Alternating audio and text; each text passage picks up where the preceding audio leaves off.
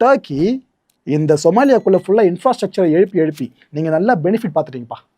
Operational deals நிறைய சொமாலியா சார்ந்து நீங்கள் போட்டு ரொம்ப பெனிஃபிட் பார்த்துட்டீங்க. எங்களுக்கு இதை பார்க்கும்போது கடுப்பாக இருக்காதா? நாங்கள் தான், இட் மீன்ஸ் இந்த உகாண்டா தான் சொமாலியா அவ்வளோ கஷ்டப்படும் போது தோளோடு தோல் நின்னோம். 20 வருஷங்களுக்கு மேலே அந்த கான்ஃப்ளிக்டில் நாங்கள் உங்களுக்கு ஹெல்ப் பண்ணியிருக்கோம். யார்? சொமாலியாவுக்கு. ஆனால் உங்கள் நெருக்கம் டர்க்கி கிட்ட.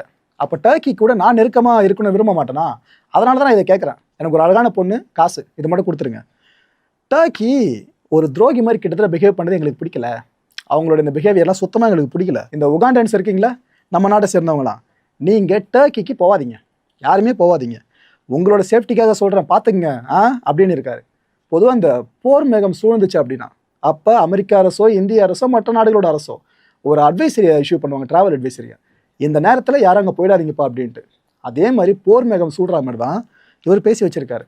நம்ம உகாண்டன்ஸ்லாம் டர்க்கிக்கு போயிடாதீங்க, அங்கே உங்களுக்கு சேஃப்டி கிடையாதுன்னு இப்படி பேசி வச்சிருக்காரு. ஏதோ பொண்ணு கொடுக்கலன்னா போர் தொடு பண்ணுற மாதிரி தான் இதில் நம்ம அர்த்தமாக எடுத்துக்க முடியும்.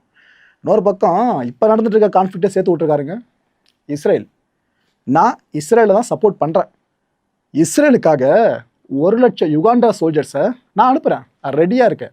ஏன்னா உலகத்திலேயே புனிதமான பூமி இஸ்ரேல். அந்த புனிதமான பூமியை காப்பாற்றணும்ல, அதுக்காக நான் இஸ்ரேல் பக்கம் நிற்கிறேன், உங்களுக்கு தேவையான சோல்ஜர்ஸை அனுப்புகிறேன்னு சொல்லி வச்சுருக்காரு.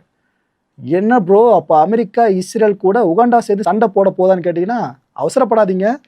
ஒரு நாட்டோட அதிபரியை மன்னிப்பு கேட்க வச்சுருக்காருங்க இப்பேற்பட்ட பிள்ளையை பெற்றதுக்கு. அது நடந்திருக்கு, சொல்கிறேன்.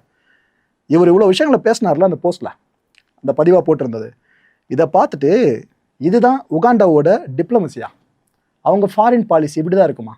அதாவது ஒரு நாடு கூட நல்ல உறவோடு இருக்கணும்னா அந்த நாட்டோட அழகான பொண்ணு கூட இவங்க முதல்ல கல்யாணம் பண்ணிப்பாங்களா? இப்படிலாம் ஒரு ஃபாரின் பாலிசி எப்படி இருக்க முடியும்? அப்படி இல்லைனா இவரோட பர்சனல் வியூவா? இவருக்கு இருக்கிற ஆசையை அஃபிஷியலாக எங்கே அனௌன்ஸ் பண்ணிட்டாரா? இது எப்படி எடுத்துக்கிறதுன்னு பல பேரும் குழம்ப ஆரம்பிச்சிட்டாங்க. இன்னொரு பக்கம் சொமாலியா, உகாண்டா, டர்க்கி இந்த 3 நாடுகளோட அரசாங்கங்களும் ஏதாவது ரியாக்ட் பண்ணுமான்னு எதிர்பார்த்தோம். ஒருத்தர் வாய் திறக்கலை.